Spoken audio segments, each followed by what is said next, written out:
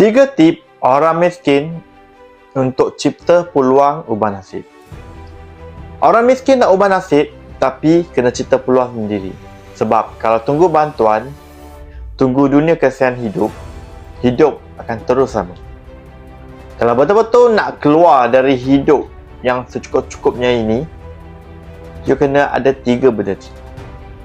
Sebelum tu, sila follow, like dan share video ni supaya dapat manfaat kepada semua. Nombor 1, ilmu. Ilmu bukan semata-mata degree, tapi untuk urus duit perlu ada ilmu. Nombor 2, skill. Benda yang you guna ni untuk buat duit, bukan sekadar ikut arahan. Nombor 3, attitude. Attitude ni yang paling penting. Rajin, konsisten dan sanggup buat benda yang orang lain malas buat. Saya kenal orang yang tak ada background tinggi. Tak ada orang tolong dia, tapi dia kerja keras. Dia belajar sendiri dan benda dari kosong semua. 5 tahun lepas, dia susah. Sekarang, dia dah boleh bantu family, ada bisnes sendiri.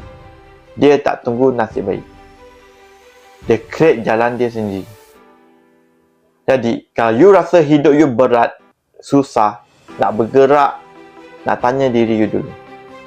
You sekarang tunggu ke atau you tengah usaha?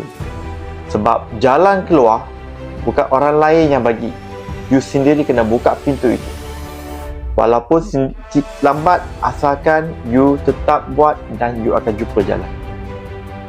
Nak tahu macam mana? Cepat komen nak di ruang komen atau pergi profile Dennis.